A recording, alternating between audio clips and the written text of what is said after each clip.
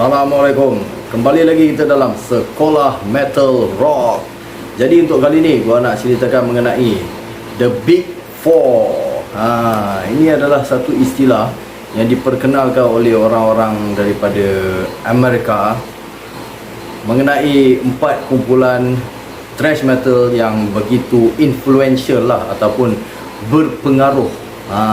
Berpengaruh tu ada sebab-sebab dia lah kenapa 4 kumpulan ini dipilih daripada berpuluh-puluh atau beratus-ratus kumpulan-kumpulan thrash yang pernah wujud di era 80-an dahulu di Amerika. Jadi The Big Four yang biasanya orang kategorikan lah. Nombor 1 adalah Metallica. Nombor 1 Metallica. Nombor 2 Slayer. Okay. Nombor 3 Megadeth. Dan kita ada nombor 4 Anthrax. Okay. Jadi kat atas ni The Big Four.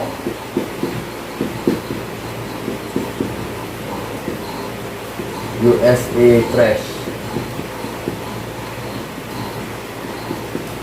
Okey, jadi biasanya diorang tulis The Big Four Thrash Band lah. Diorang tak tulis panjang-panjang The Big Four USA Thrash, tapi gua tulis The Big Four USA Thrash lah, pasal ia merujuk pada 4 kumpulan ni adalah kumpulan daripada Amerika. Dan istilah ni sebenarnya digunakan untuk band-band daripada Amerika lah. Sebab kalau kita nak cerita thrash secara dasar dia kan, kita ada band-band daripada Teutonic, iaitu German thrash. Lepas tu kita ada Brazilian thrash kan. Ni semua memberi pengaruh yang cukup besar di zaman 80-an dahulu. Tapi sebab itulah gua kategorikan sebagai The Big Four USA Thrash.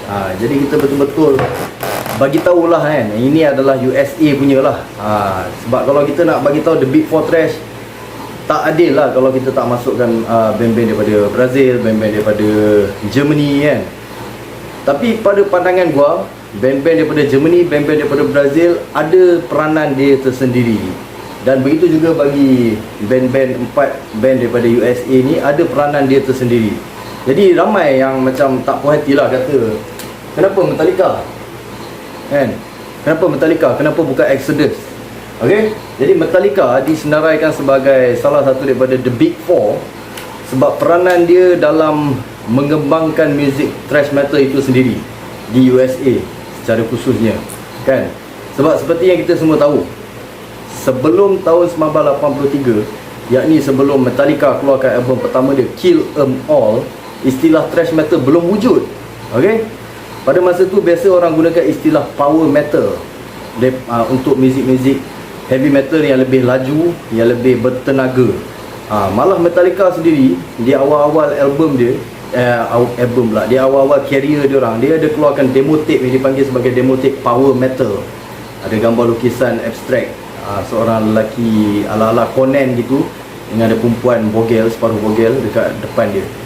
Tajuk demo tu adalah Power Metal tahun 1982. Tahun-tahun yang sama masa Metallica keluarkan demo tape pertama dia, No Life Till Leather. Jadi malah Metallica sendiri tak jumpa istilah thrash metal tu lagi sebelum 1983. Okey. Jadi thrash metal seperti kita semua tahu, dia terhasil daripada campuran muzik heavy metal yang telah dilajukan lagi, yang menyamai power metal. Power metal ni wujud lebih awal, 1981 macam tu dah start ada lah power metal ni, istilah ni. Power metal ni juga sebenarnya adalah heavy metal yang telah dilajukan. Okey. Jadi thrash metal ni pula heavy metal yang telah dilajukan seperti power metal, tetapi ia memasukkan sedikit elemen punk, hardcore punk terutama sekali, daripada Discharge, daripada GBH and senang cakap hardcore punk daripada British lah. Itulah sebenarnya yang mempengaruhi muzik thrash metal. Gabungan heavy metal, power metal dan punk ini dicampur adukkan, itulah terlahirnya thrash metal. Tapi gua tak nak cerita secara lebih lanjut lah macam mana thrash metal itu sendiri terhasil. Sebab itu gua rasa layak untuk gua buat video berasingan mengenai sejarah asal-usul thrash metal. Okey, jadi Metallica disenaraikan sebagai salah satu daripada Big Four ni sebab peranan mereka menghasilkan muzik thrash metal itu sendiri dan menjadikan muzik thrash metal itu satu fenomena di USA. Terbukti selepas Metallica muncul dengan album pertama Kill 'Em All, tiba-tiba band-band thrash metal ni muncul bagaikan cendawan selepas hujan. Pak puk pak puk pak, terutama sekali di area Bay Area, di mana Metallica sangat aktif lah kan. Okey, jadi kedua kita ada Slayer. Slayer ni tak ramai lah sebenarnya yang menentang kenapa dia boleh masuk dalam Big Four. Sebab peranan Slayer ni memang kita boleh katakan sangat besar lah dalam music metal tu sendiri. Okey, Slayer ni juga adalah thrash metal. Jadi dia sama juga seperti Metallica. Awal-awal lagi dia dah mencampurkan elemen power metal dengan hardcore punk juga. Jadi sebenarnya dalam sewaktu Metallica sedang buat benda macam tu, campurkan elemen hardcore punk dengan power metal ni, banyak lagi band-band lain yang buat benda-benda sama. Sebenarnya bukan Metallica yang start buat benda tu. Banyak band-band lain yang dalam masa sama juga sedang membuat benda yang sama di tempat masing-masing. Macam Slayer, tak silap aku, ada orang daripada area Los Angeles ke apalah. Macam Metallica pula, dia memang daripada Bay Area, San Francisco Bay Area. So Metallica punya scene ni bawa pengaruh dekat area Bay Area. Ada yang kata Exodus yang telah buat sebelum Metallica, tapi sebenarnya dia orang sama-sama naik. Sebab tu Metallica sedang eksperimen dengan hardcore punk campur power metal, Exodus pun buat benda yang sama. Okey, cuma kelemahan Exodus, dia lambat keluarkan album. Sedangkan Metallica keluar album 1983, Exodus 1985, album pertama dia baru nak keluar. Jadi sebab itulah Exodus tidak layak dimasukkan di dalam 4 senarai ini. Dan itulah yang buatkan Metallica dapat masuk di dalam senarai tersebut. Jadi Slayer ni memang tak ramai lah yang menentang kenapa Slayer boleh masuk kan? Sebab Slayer sangat influential, sangat berpengaruh. Dan bagi gua, keempat-empat kumpulan ni ada pengaruh dia yang tersendiri kenapa dia boleh masuk di dalam senarai The Big Four ni. Jadi Slayer boleh masuk sebab Slayer inilah yang menghasilkan death metal punya pengaruh. Death metal, okey. Jadi Metallica tadi gua tulis fenomena thrash metal.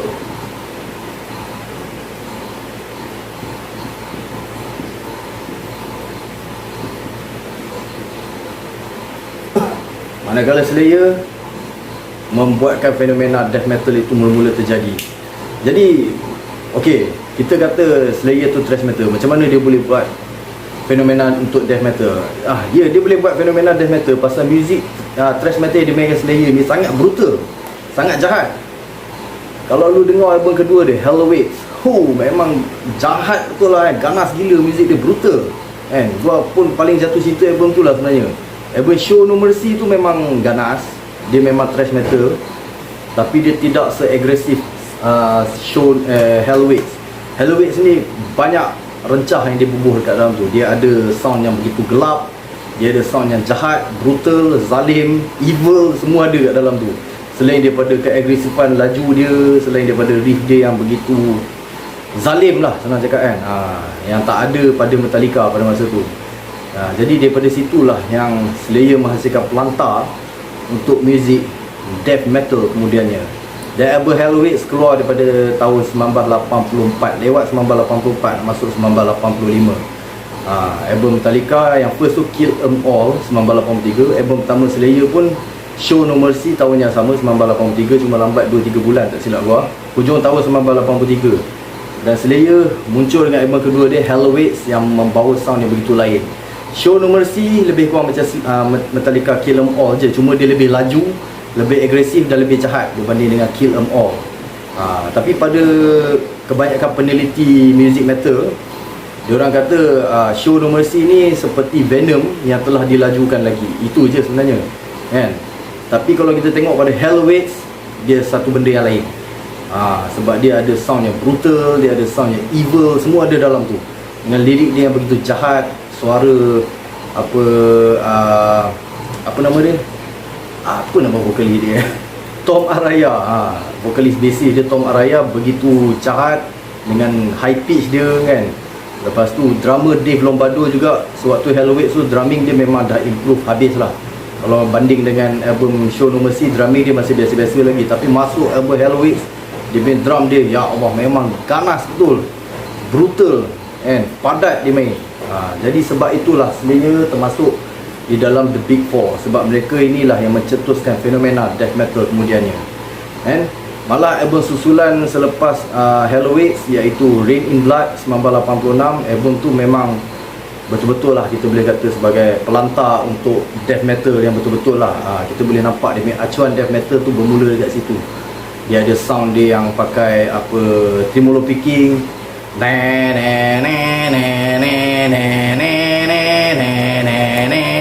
itu tremolo picking nama dia, tapi dia main dekat chord E, chord atas. Jadi bunyi dia memang gelap, bunyi dia jahat. Dan tremolo picking yang sebegitulah yang digunakan oleh kumpulan-kumpulan death metal kemudiannya, seperti Morbid Angel, seperti Cannibal Corpse yang kemudiannya kan, yang keluar album pada tahun 89 90 kemudiannya lah. Dia orang ambil semua acuan daripada Slayer, daripada album Rain in Blood tu sendiri dan juga Hellowitz. Cuma dia orang lebih brutalkan lagi, dengan menyampaikan vokal yang jenis growl kan. Itu kan. Sebab Slayer ni vokal dia clean kan, clean cuma garau. Death metal telah menambahkan lagi keagresifan vokal dia dengan membuat vokal growl. Maka itulah boleh dikatakan Slayer lah sebagai pencetus muzik death metal itu sendiri. Okey. Jadi kita ada kemudian adalah Megadeth. Megadeth ni juga tak ramai orang yang menentang lah kenapa dia boleh masuk dalam Big Four. Gua rasa mungkin pasal Megadeth ni Abang Din dia tu kan, iaitu Dave Mustaine tu, ramai peminat dia kan. Yang mana yang menentang Metallica masuk dalam ni, gua rasa pasal dia orang tak suka Metallica lah, pasal dia orang ni adalah sympathizer pada Dave Mustaine. Jadi Megadeth boleh masuk, kenapa? Apa yang membuatkan Megadeth ni berbeza dengan Metallica, Slayer dan Anthrax sehingga dia boleh layak masuk di dalam The Big Four? Megadeth ni adalah pencetus kepada muzik progresif dan technicality. Okey? Sebab kalau lu orang dengar daripada album pertama dia, Killing Is My Business and Business Is Good, kemudian album Peace Sells But Who's Buying, kan? Album apa lagi tajuk, Rest in Peace dan lain-lain tu semua, dia punya sound dia, Megadeth ni dia lebih kepada cara susunan muzik yang lebih rumit, rumit, susah nak dimainkan. Itulah yang dibagi sebagai progresif atau technical. Jadi Megadeth adalah pencetus kepada thrash metal yang sejenis itu. Jadi itulah, dia punya drumming dia susah, tempo dia pelik kan, dia punya guitar work dia memang susah, jari nak kena stretching habis gila punya kan. Lepas tu dia punya bassline dia pun berbunga-bunga kan. Sedangkan dia main thrash patutnya lebih straightforward kan. Macam Metallica, lagu semua straightforward, asalkan lu boleh motion yang pusing-pusing 360 darjah, lu boleh banging 360 darjah, itu thrash metal punya foundation. Tapi Megadeth mengubahkan itu semua daripada muzik thrash metal yang simplistic, dia ubah buat benda tu jadi progresif, susah nak main, sampai orang nak cover pun dah payah lah. Itulah sebenarnya kenapa Megadeth boleh masuk di dalam, sebab dia adalah pencetus kepada progresif, technical. Jadi inilah dia punya bapak pada progresif dan technical, yang membuatkan band-band seperti Dream Theater muncul kemudiannya kan, yang main progresif metal kemudiannya. Semua disebabkan Megadeth lah kan, sebab dia buat muzik yang susah nak main. Okey, jadi Anthrax, ini yang paling banyak sekali orang menentang. Ramailah gua tengok orang putih ke apa kan, dekat YouTube ke, dekat forum ke apa, ramai kata Anthrax ni tak patut ada di dalam The Big Four. Apa yang hebatnya Anthrax ni kan? Metallica, Slayer, Megadeth dia orang boleh terima pasal tiga-tiga kumpulan ni sangat popular. Okey, dia kata ni tiga-tiga kumpulan memang popular habis lah tahun 80-an. Siapa yang tak layan tiga-tiga kumpulan ni? Semua orang layan. Anthrax dia kata famous ke kumpulan ni? Siapa Anthrax ni? Macam mana dia boleh masuk dalam The Big Four? Itulah orang yang tak habis mengkaji, dia orang kata macam tu kat Anthrax. Dan gua pun tengah pakai baju Anthrax ni, State of Euphoria. Ini adalah baju terbaru keluaran Metal Shirt. Kalau lu orang nak beli, RM60 Semenanjung, RM70 Sabah dan Sarawak. Okey, boleh ikut link yang gua bagi dekat ruangan komen dan juga di caption video ini. Okey, terbaru ni, cantik baju dia. Okey, so Anthrax, kenapa dia boleh masuk dalam The Big Four? Anthrax ni kan, lu orang kata dia tak famous lah, siapa Anthrax ni lah. Sekarang memang Anthrax dah tak famous kalau bandingkan dulu. Tahun 80-an Anthrax ni popular tau. Lu orang pergi tanya dekat otak-otak rock, otak-otak trash tahun 80-an kat Malaysia sekalipun, semua layan Anthrax. Semua gila kat album ni, State of Euphoria ni kan, semua layan. Insane Madhouse, kan. Semua layan Anthrax. Memang Anthrax ni sangat influential. Ramai otai-otai rock dan thrash 80-an punya yang gua borak kan, semua ada menyebut pasal Anthrax. Nampak tak begitu berpengaruh sekali Anthrax di zaman 80-an dulu. Okey, satu, dia memang popular di era 80-an. Kenapa dia boleh masuk dalam The Big Four ni, aku nak beritahu. Okey, kedua, Anthrax ni sebenarnya adalah pelopor kepada muzik ini panggil sebagai crossover. Okey, crossover. Itulah pasal Anthrax boleh masuk dalam The Big Four. Jadi semua kumpulan, empat-empat kumpulan ni yang masuk ke dalam dia bukan semata-mata popular semata-mata, tapi sebab keempat-empat kumpulan ni berperanan untuk mewujudkan satu muzik yang baru kemudiannya. Okey, Metallica, kita forward balik, flashback balik. Metallica, sebab dia menghasilkan fenomena thrash metal. Semua band-band tiba-tiba nak main thrash metal disebabkan Metallica. Dia keluar album Kill 'Em All. Sebelum tu mana ada album main thrash. Dia juga yang pertama. Kita tak boleh nafikan benda tu. Macam mana dulu tak suka Metallica ke apa, kita tak boleh nafikan dia yang first keluar album Kill 'Em All tahun 1983. Pada masa tu orang main heavy metal, power metal, speed metal biasa je. Tak ada siapa lagi keluar album thrash. Dia lah yang first. Kalau lu orang baca dekat mana-mana forum ke YouTube orang putih sekalipun, dia orang semua kata masa Metallica keluar Kill 'Em All tu, memang dia orang terkejut. Dia orang kata dia orang tak pernah dengar muzik macam ni. Muzik yang begitu pantas, begitu agresif, garang. Itulah Kill 'Em All. Ia cukup fenomena pada masa tu. Terus budak-budak pada masa tu bila dengar lagu dalam Kill 'Em All, kata, "Ui, gua nak main macam ni lah." Terus jadi macam tu sekali.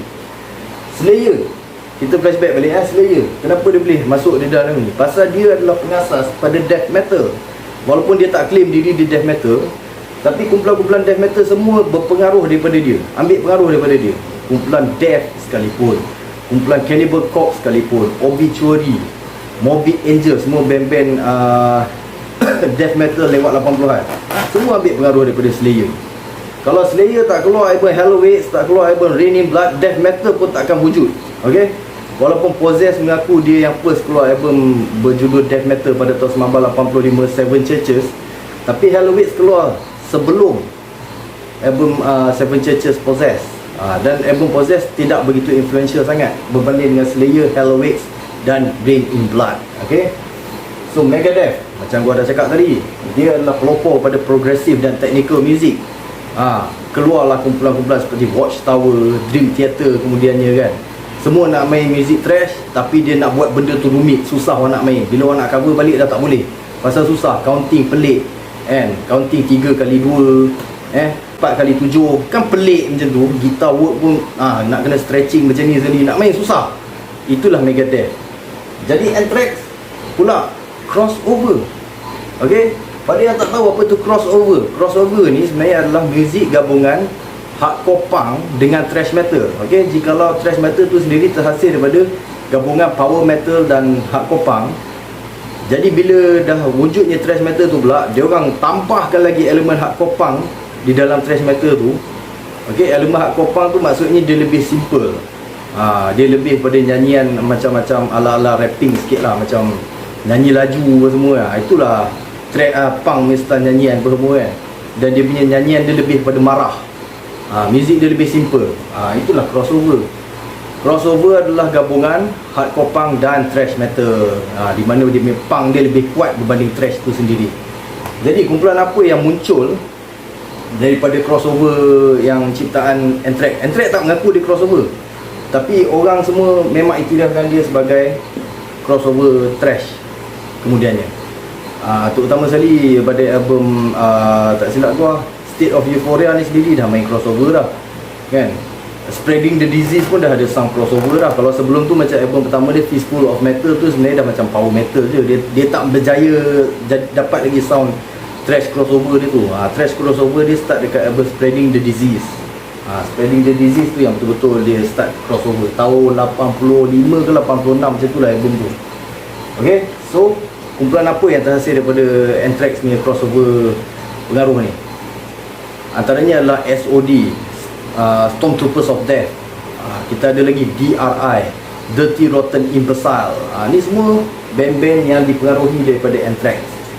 Memang dia orang sendiri pun mengaku dia orang memang ambil influence daripada Anthrax. Okey, malah Anthrax sendiri berganti masa selepas tu kan, dia orang dah develop sound yang lebih groovy. Pasal crossover ni biasanya dia mesti ada kaitan dengan alternatif sikit, dia ada kaitan dengan funky sikit, punk-punk sikit lah. Itulah kenapa empat-empat kumpulan ni boleh tersenarai sebagai The Big Four. Jadi gua buat video ni sebenarnya sekadar untuk menjelaskan kepada lu orang kenapa empat kumpulan ni layak kita panggil sebagai The Big Four of USA Thrash Metal. Kalau kita nak kata keseluruhan The Big Four Thrash dunia, tak boleh lah nak kata macam ni lah. Pasal macam gua cakap, Brazil ada dia punya peranan dia sendiri. Macam Sepultura, Sarcophago, dia orang ni memberi peranan kepada black metal yang kemudiannya. Sama juga macam German punya thrash, macam Creator, Destruction, Sodom ataupun orang panggil ni sebagai Teutonic Thrash. Dia orang ni juga beri peranan kepada black metal dan death metal kemudiannya. Tapi bila kita cerita pasal The Big Four USA, inilah nama dia, bukan Exodus dan bukan kumpulan-kumpulan lain-lain dia. Empat ni lah yang sebenar-benar ni. Okey, jadi semoga kita berjumpa lagi di dalam episod Sekolah Metal Rock yang akan datang, di mana gua akan menjelaskan lagi dengan lebih lanjut mengenai genre-genre, macam mana lu nak bezakan thrash metal, macam mana lu nak bezakan death metal apa semua. Jadi stay tune di YouTube channel Daeng Hasri. Assalamualaikum warahmatullahi wabarakatuh.